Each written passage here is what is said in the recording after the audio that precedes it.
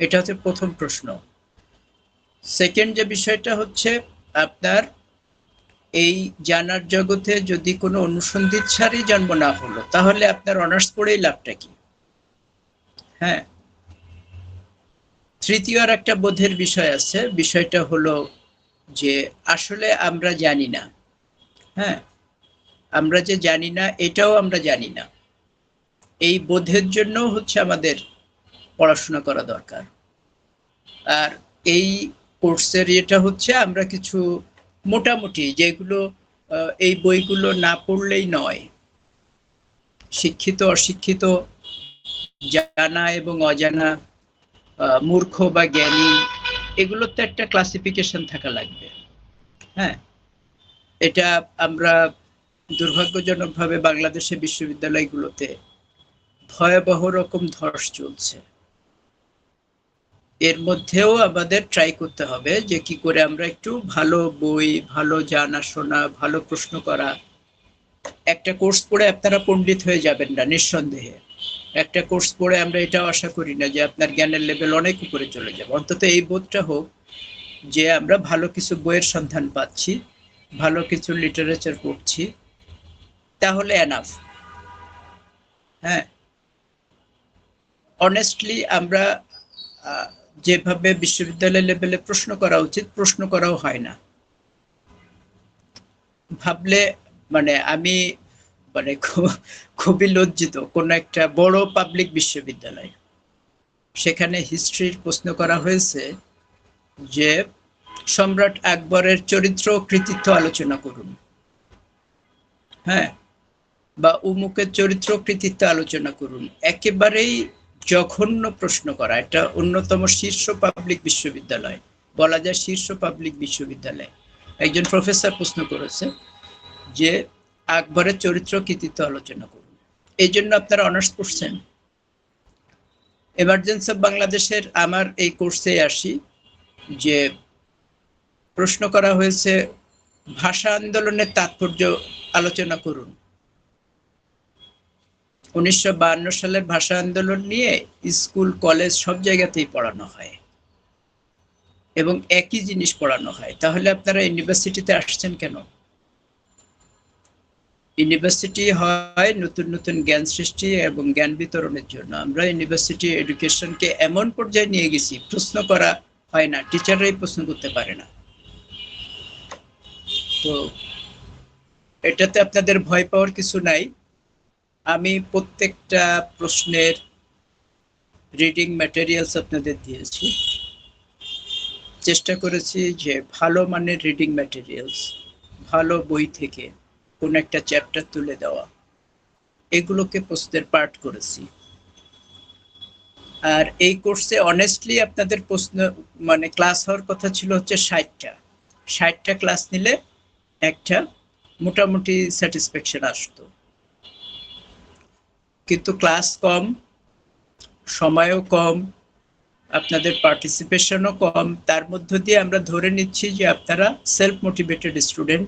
Reading materials আছে, প্রশ্ন আছে, আপনারা পড়ে বুঝবেন এবং অ্যান্সার করতে পারবেন। আমি প্রশ্নও বলে দিয়েছি। আমি কালকে বা কালকেই তো, হ্যাঁ কালকে আমি আপনাদের যে এই যে হোয়াটসঅ্যাপ গ্রুপ, এই গ্রুপে ঢুকে রিকল করলাম। আমি তো ভুলে গেছিলাম যে কি কি প্রশ্ন পড়িয়েছি, সবগুলো আমি দেখলাম যে প্রশ্ন আমি যা যা পড়িয়েছি তার বাইরে প্রশ্ন হবে না। এটা হচ্ছে আপনাদের প্রথম সংবাদ। কিন্তু প্রশ্ন কিন্তু কোনো ট্র্যাডিশনাল প্রশ্ন হবে না, এটা হচ্ছে সতর্কতা।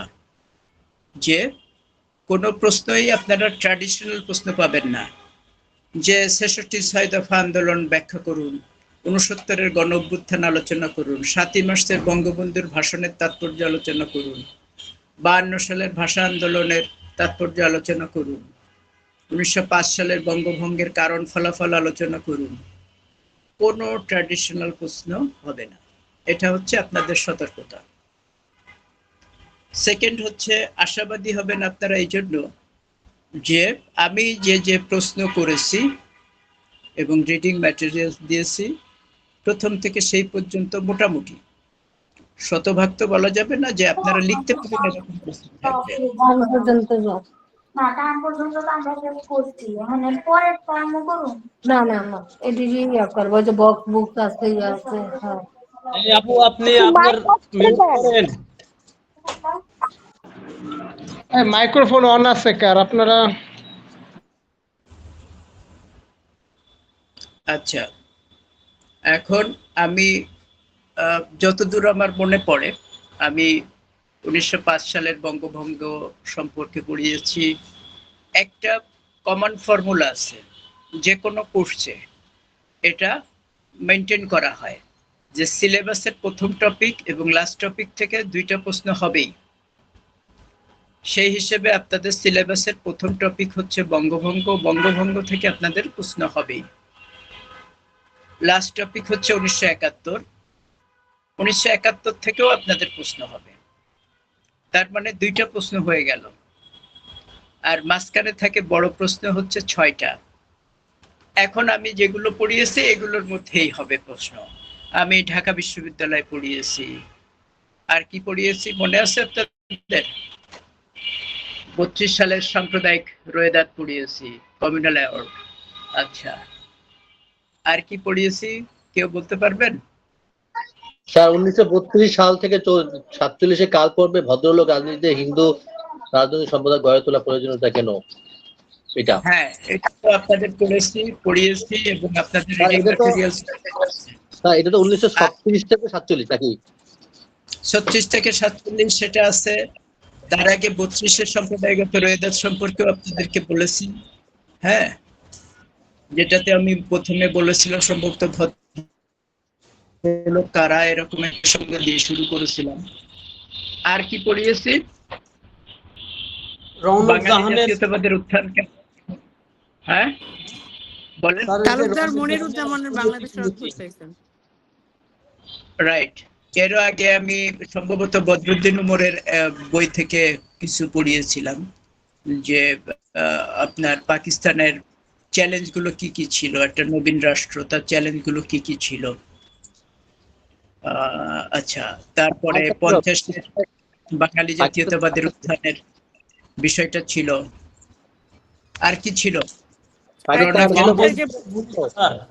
পূর্ববঙ্গে মুসলিম জনগোষ্ঠী কেন দলে দলে পাকিস্তান আন্দোলনে অংশ নিয়েছিল? রাইট, এটা হচ্ছে তাজ হাসমির বই থেকে পড়িয়েছিলাম। হ্যাঁ, এটা আছে। তারপরে রওনক জাহানের বই থেকে কি পড়েছে? আইয়ুব খানের ইকোনমিক পলিসি, এটাও আপনারা পড়বেন, এটাও খুব ইম্পর্টেন্ট। আর কি ছিল শেষ দিকে? তালুকদার মনিরুজ্জামানের ওই যে মনিরুজ্জামানের অভ্যুদয়ের ক্ষেত্রে বামপন্থীদের স্যার ভূমিকা। রাইট, এটা পড়বেন, এটা খুবই গুরুত্বপূর্ণ। আর কি ছিল? স্যার এই শিক্ষা তো অনেক বড়, না আমরা তাহলে কিভাবে পড়বো? আপনারা হিস্ট্রি রিসার্চ মেথোডোলজি পড়ে যদি বলেন অনেক বড়, কিভাবে লিখবো? এটা হচ্ছে 10 পৃষ্ঠা বইয়ের মতো, চ্যাপ্টারও না, বইয়ের মতো। 10 পৃষ্ঠা পড়বেন, 1 পৃষ্ঠা সিনপসিস লিখবেন। সত্য ওইটা বোধহয় 58 পৃষ্ঠা বা 60 পৃষ্ঠার একটা বই। আপনারা 2-2.5 পৃষ্ঠায় নোট করবেন, বা 3 পৃষ্ঠায় যতটা আপনি লিখে পারেন ততটুকুই পড়বেন। এটা তো খুবই সুবিধা। 2-3 বার রিডিং করবেন, পড়ে যতটা মনে আসে ততটা লিখবেন, হয়ে গেল। আচ্ছা, তারপরে 71-এ আমি কি বলেছিলাম? 71 নিয়ে আপনার ত্রিপক্ষীয় আলোচনা, শ্রীনাথ রাঘবনের বইয়ের বিষয় বলছিলাম। তারপরে ত্রিপক্ষীয় আলোচনা বলছি, মুজিব ইয়াহিয়া ভুট্টো ত্রিপক্ষীয় আলোচনার মূল বিষয়বস্তু কি ছিল, কেন এই আলোচনা ব্যর্থ হয়। আর শ্রীনাথ রাঘবন একটা নতুন যুক্তি দিয়েছেন, যেটা হচ্ছে আসলে এগুলো কিছু না, যত যা যুক্তি দেওয়া হয় তার কথা হচ্ছে বৈশ্বিক রাজনীতি বাংলাদেশে উত্থানে বিশাল ভূমিকা পালন করেছে। সারা বিশ্বের যে স্নায়ুযুদ্ধ, বিভিন্ন দেশে যে স্টুডেন্ট মুভমেন্ট, এগুলো দ্বারা উদ্বুদ্ধ হয়ে ভূমিকা নিয়ে বাংলাদেশের বড় বড় শক্তিগুলো তারা তাদের ভূমিকা রেখেছে, এটা বলে উনি একটা থিসিস লিখেছেন। তো এটা নিয়ে যে ক্লাস করার কথা ছিল, আমি ক্লাসটা নিতে পারিনি, মানে সময়ের অভাবে। তবে আপনারা এই বইটা পড়েন, এই বইটা মোটামুটি ভালো বই, আপনারা সময় মতো বা সুযোগ মতো বইটা পড়ে ফেলবেন। আর ত্রিপক্ষীয় আহ, যে ইয়াহিয়া মুজিব ভুট্টো যে আলোচনাটা ৭১ মার্চে হয়েছিল, মূলত এই আলোচনার ব্যর্থতাতেই মুক্তিযুদ্ধের সূচনা হয়। তো আপনাদের সম্ভবত আমি রিডিং ম্যাটেরিয়াল দিয়েছিলাম এটার, আমার জি কিন্তু স্যার। মনে নেই। হ্যাঁ, জি স্যার। তাহলে এইগুলো আপনাদের এটা ম্যাটার করে না যে আপনাদের কমন আসবে কিনা প্রশ্নে, এর মধ্য থেকে আপনাদের সব প্রশ্ন আসবে। চ্যালেঞ্জটা হচ্ছে আপনারা উত্তরটা লিখতে পারবেন কিনা। এই যে উমর বললেন যে বড় বই, এখান থেকে এত বড় বই থেকে আমি কিভাবে লিখবো, এটাতে তো কোনো শর্টকাট মেথড নাই। আপনারা পড়বেন, যেমন জয়া চ্যাটার্জির একটা চ্যাপ্টার অনেক বড়, এই চ্যাপ্টারটা পড়বেন, পড়ে মূল বক্তব্যগুলো লিখবেন। তারপরে আইয়ুব খানের ইকোনমিক পলিসি যে চ্যাপ্টারটা আমি রওনক জাহানের বই থেকে দিয়েছি, এটাও বেশ বড়, আপনারা ওখান থেকে সিনপসিসটা লিখে ফেলবেন। এটা হচ্ছে হায়ার স্টাডিজের প্রথম এবং প্রধান হওয়া উচিত যে একজন স্টুডেন্ট অনেক বড় একটা বিষয় পড়ে তার মূল বক্তব্যটা লিখতে পারছে। তো এটা হচ্ছে আমি ফলো করার চেষ্টা করেছি। আচ্ছা, এটা গেল ব্রড কোশ্চেন। শর্ট কোশ্চেনের বিষয়গুলোতেও আমি আলাদাভাবে আপনাদেরকে আলোকপাত করিনি। আপনারা ৫ থেকে ৭১ পর্যন্ত অনেক বিষয় আছে, ৭১-এর মুক্তিযুদ্ধে অনেক বিষয় আছে। আমি যদি ১৯০৫ থেকে শুরু করি, এরপরে হলো মুসলিম লীগ, তারপরে ১১-র হচ্ছে বঙ্গভঙ্গ রদ, তারপরে লখনৌ চুক্তি, বেঙ্গল প্যাক্ট, সন্ত্রাসবাদী আন্দোলন, তারপরে খিলাফত আন্দোলন, তারপরে অবশ্যই ভদ্রলোক কারা, আপনারা পড়বেন, অবশ্যই পড়বেন ভদ্রলোক কারা, এটা খুবই গুরুত্বপূর্ণ। তারপরে যে কৃষক প্রজা পার্টি হলো, সাম্প্রদায়িক দাঙ্গা হলো, দুর্ভিক্ষ হলো, এগুলো সব আপনারা শর্ট কোশ্চেন হিসেবে ৫ মার্কের আনসার হিসেবে প্রস্তুতি নিতে পারেন। তারপরে পাকিস্তান আমলে কি কি গুরুত্বপূর্ণ ঘটনা, একটা হচ্ছে মৌলিক গণতন্ত্র, ৬৫-র ভারত পাকিস্তান যুদ্ধে যে তাশখন্দ চুক্তি হলো, তারপরে আপনার ৬৯-এর গণ অভ্যুত্থান, ছাত্রদের ১১ দফা, তারপরে ১৯৭০-এর ইলেকশন, আইনগত কাঠামো আদেশ, যে ১৯৭০-এর ইলেকশনটা হয়েছিল আইনগত কাঠামো আদেশে, আপনার যে ইয়াহিয়া খানের জারি করা সামরিক ফরম্যানের যে মূল বিষয়। আর ৭১ নিয়ে তো অনেক কিছু আছে, ১১টি সেক্টরে ভাগ করা হয়, তারপরে অপারেশন সার্চলাইট, এরকম যে বিষয়গুলো, কমন যে বিষয়গুলো, আপনারা এগুলো জানবেন। এগুলো জানার জন্য আলাদা ক্লাস করার দরকার নাই, এগুলো আপনারা কমন সেন্স দিয়ে বা নিজস্ব কিউরিসিটি দিয়ে আপনারা পড়াশোনা করলে লিখতে পারবেন। আর কারোর কোনো প্রশ্ন আছে? স্যার, রওনক জাহানের বই থেকে যে প্রশ্নটা পড়ব, বইটা যদি একটু রিপিট করতেন স্যার, আমার একটা কনফিউশন আছে। আমি হোয়াটসঅ্যাপে দিয়ে দেই নাই, আপনাদের গ্রুপে নাই এটা? কোনটা স্যার, রওনক জাহানের ইন্টিগ্রেশন?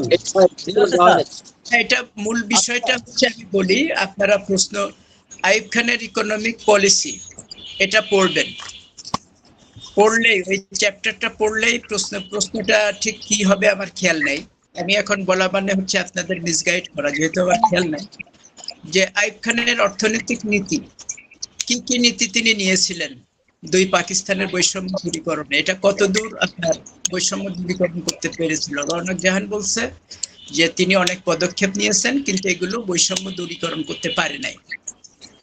এটা আপনারা ওনার ওই যে আমি যে শীট দিয়েছি, যে চ্যাপ্টার দিয়েছি, ওই চ্যাপ্টারের মধ্যে এটা পাবেন।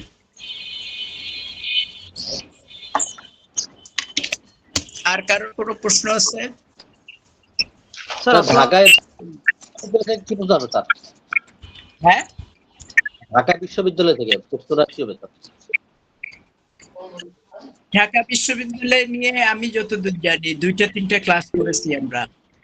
হ্যাঁ, তাকে বলছি, এই যে জিয়াদ হাত তুলছেন, জিয়াদ বলেন, জিয়াদের কথাটা শুনুন।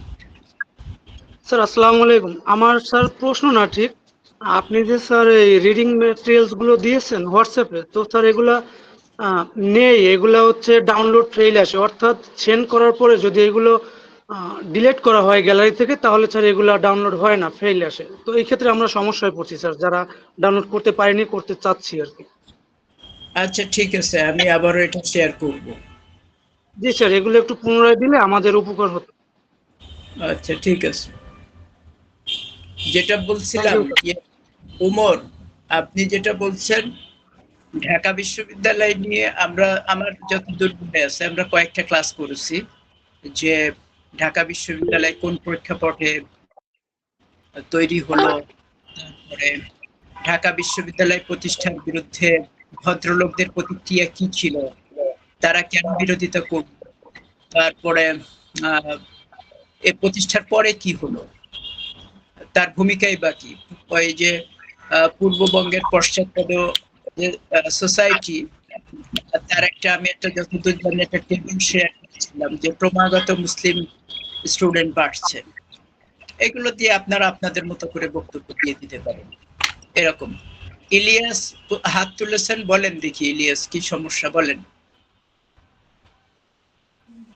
ইলিয়াস। হ্যাঁ হ্যাঁ বলেন। স্যার সমস্যা না, ঠিক স্যার, একটা বিষয় একটু স্যার আসলে আপনি তো আমাদের অনেক সুন্দরভাবে পড়াইছেন স্যার, এবং আমরা এমন কিছু জানতে পারছি যেটা হয়তো স্যার আমরা গতানুগতিক কোনো বই বা কোনো লেকচার ক্লাসে আমরা এগুলো হয়তো জানতে পাই না স্যার। এটা খুবই ভালো লাগছে যে আসলে আমরা মানে আমরা সাম্প্রতিক আমরা চোখের সামনে যেগুলো দেখি তার বাইরে গিয়ে আমরা কিছু সত্য হয়তো জানতে পারছি স্যার, এবং ভালো ভালো কিছু বই বলছেন। তো স্যার আমরা হচ্ছে চেষ্টা করবো আমাদের সর্বোচ্চটা আপনার এটা ইউজ করে দেখার। স্যার আমরা কিন্তু এই করোনার অনেক পিছিয়ে গেছে স্যার আমাদের, হয়তো এই তো এটা হয়তো আপনি মজা করে বলছেন যে স্যার আমাদের মধ্যে যে স্টুডেন্ট আছে তারা ম্যাক্সিমামই, যদি আপনি হয়তো বলেছিলেন স্যার, হয়তো ম্যাক্সিমামই হয়তো ফেল করবে স্যার। এখন তো হচ্ছে একটু খাতা দেখার সময় যদি স্যার আমরা হয়তো ভালো লিখবো স্যার, চেষ্টা করবো একটু যদি ওইভাবে দেখি স্যার, কারণ ফেল টেল করলে কিন্তু স্যার আমাদের সেই সময় আমরা এমনিতে পিছিয়ে গেছি স্যার। এটা একটু অনুরোধ, হ্যাঁ ভালো অবশ্যই তাকে স্যার মূল্যায়ন করবেন, আমরা সহজ চেষ্টা করবো স্যার। এই জন্য আমরা একটু চিন্তিত এই যে নিয়ে আছে স্যার, আসলে আমরা চেষ্টা করবো বাকিটা স্যার। ঠিক আছে, একটু লিবারালি খাতা দেখতে হবে, ঠিক আছে, অসুবিধা নেই। কিন্তু আপনারা সবার প্রতি পরামর্শ থাকবে, কেউ গাইড টাইড পড়ে বিভ্রান্ত হবেন না, কারণ কোনো গাইডের সাথে এগুলো মিলবে না। গাইড পড়ার কোনো রিফ্লেকশন বা গাইডের কোনো বক্তব্য দেখলে কিন্তু স্ট্রেট 0 পাবেন আপনারা। হ্যাঁ, আমি যদি দেখি যে আপনারা অন্তত বই থেকে লেখার চেষ্টা করেছেন, আমি আপনাদের 50%-এর উপরে মার্ক দিয়ে দেব। কেমন লিখেছেন সেটা পরের ব্যাপার। বই থেকে বা আমার শিটগুলো থেকে আমি যে রিডিং ম্যাটেরিয়াল গুলো দিয়েছি সেই এগুলো থেকে লেখার চেষ্টা করলে আমি 50%-এর উপরে মার্ক দিব, আমার তরফ থেকে আমি বলতে পারি। কিন্তু কোনোভাবেই বাজারে যেসব প্রচলিত গাইড আছে, গাইডগুলোর সঙ্গে তো প্রশ্নগুলো মিলবে না, স্বাভাবিকভাবেই আনসারগুলো মিলবে না। হ্যাঁ, প্রশ্নগুলো মেলার মানে মিলে যাওয়ার কোনো সম্ভাবনা নেই, কারণ বাংলাদেশের কোনো বিশ্ববিদ্যালয় এখনো পর্যন্ত এইভাবে এই প্রশ্ন করা হয়নি। সুতরাং আপনারা কেউ গাইড ফলো করবেন না, ভুলেও করবেন না। যথাসম্ভব আমি যে রিডিং ম্যাটেরিয়ালস গুলো দিয়েছি সেইগুলো পড়ে যা বুঝেছেন তাই লিখবেন, বুঝবো যে না আপনি চেষ্টা করেছেন, এই রিফ্লেকশনটা যেন খাতায় থাকে। এটা হচ্ছে আমার পরামর্শ। আফসান একজন হাত তুলেছেন, বলেন কি বলবেন। আসসালামু আলাইকুম ওয়ালাইকুম সালাম।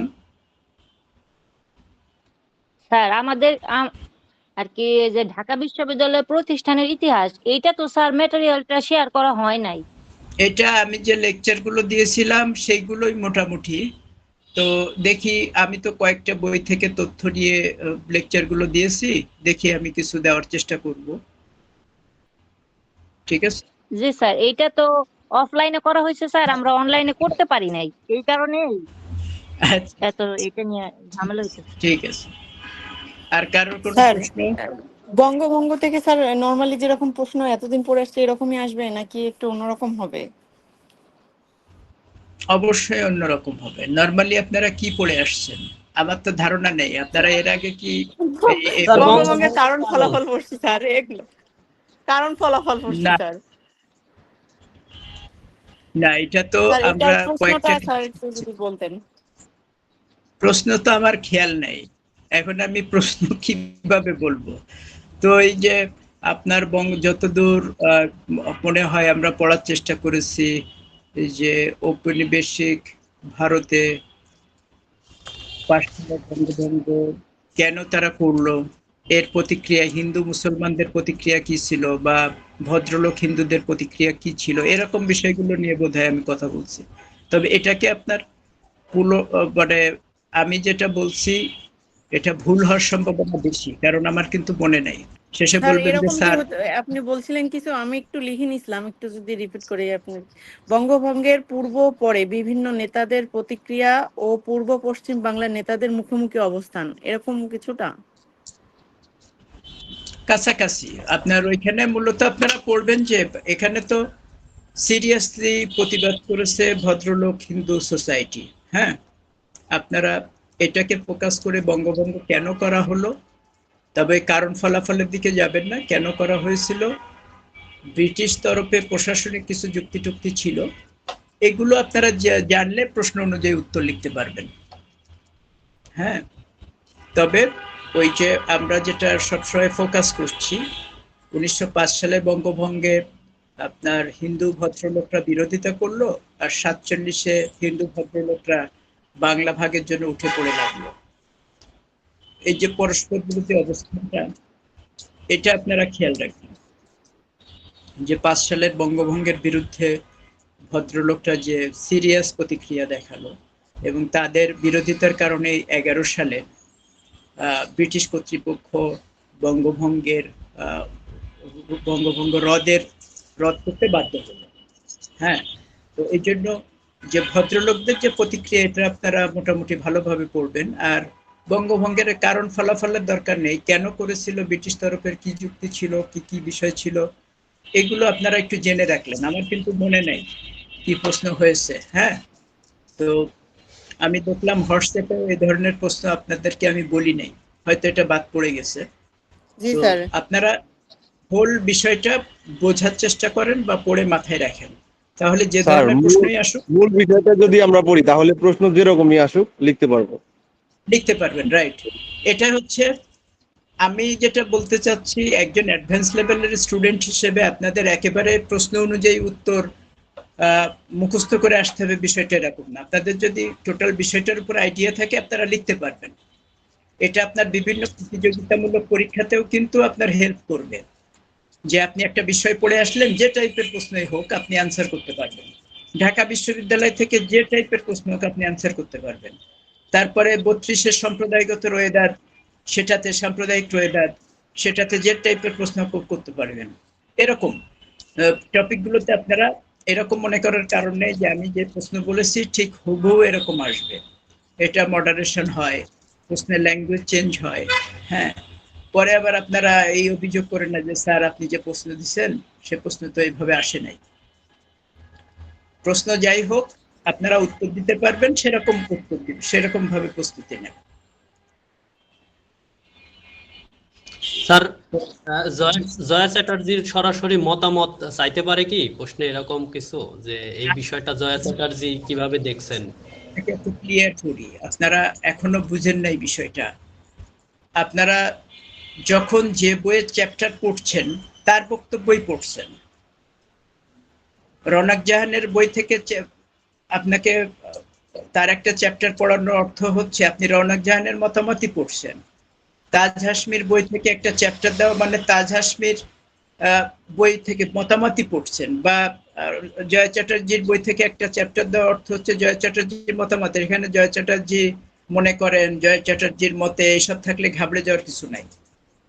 এটা হচ্ছে আপনাদেরকে একটু চাপে ফেলা যে তাহলে কি হইল। হ্যাঁ, তো এটা আমরা যেহেতু তাদের চ্যাপ্টার তাদের মতামতই পড়ছি, এর বাইরে যাওয়ার সুযোগ নাই। স্যার একটা প্রশ্ন ছিল যে জয় চ্যাটার্জি কোন কোন শ্রেণীকে চিহ্নিত করেছেন বাংলা ভাগের জন্য?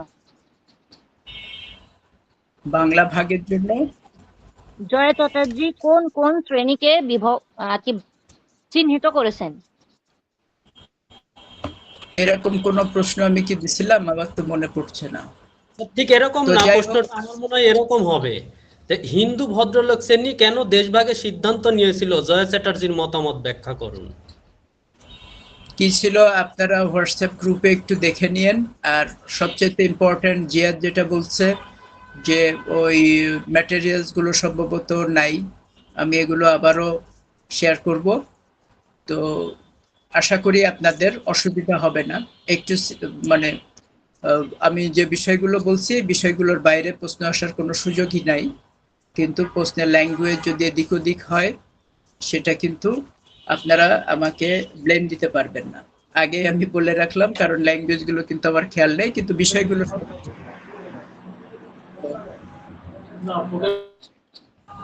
আপনারা একটু বিশেষ সতর্কতা অবলম্বন করবেন। কেউ দয়া করে, আপনারা এখানে 48 উপস্থিত আছেন, দয়া করে কোনো গাইডের শরণাপন্ন হবেন না।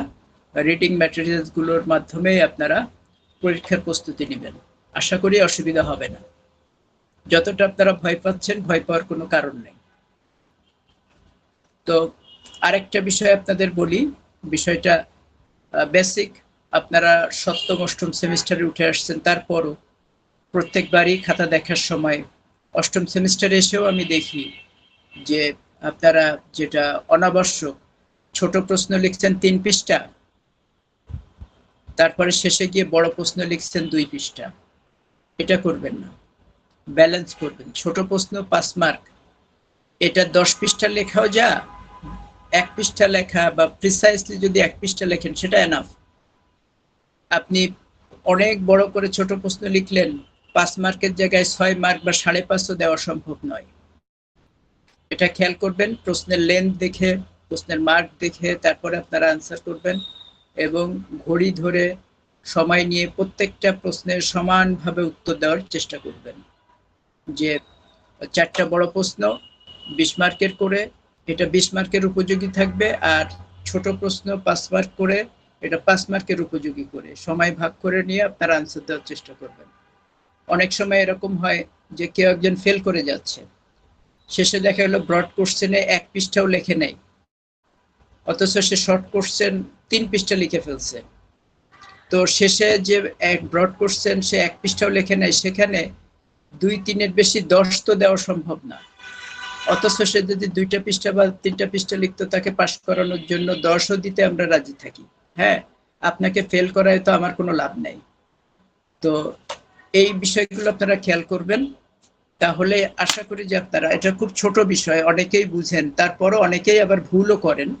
এই ধরনের ভুল যেন না হয় এটাই। আর আপনাদের জন্য শুভকামনা, অবশ্যই আপনারা পরীক্ষায় ভালো করবেন। আর কারোর কোনো প্রশ্ন আছে?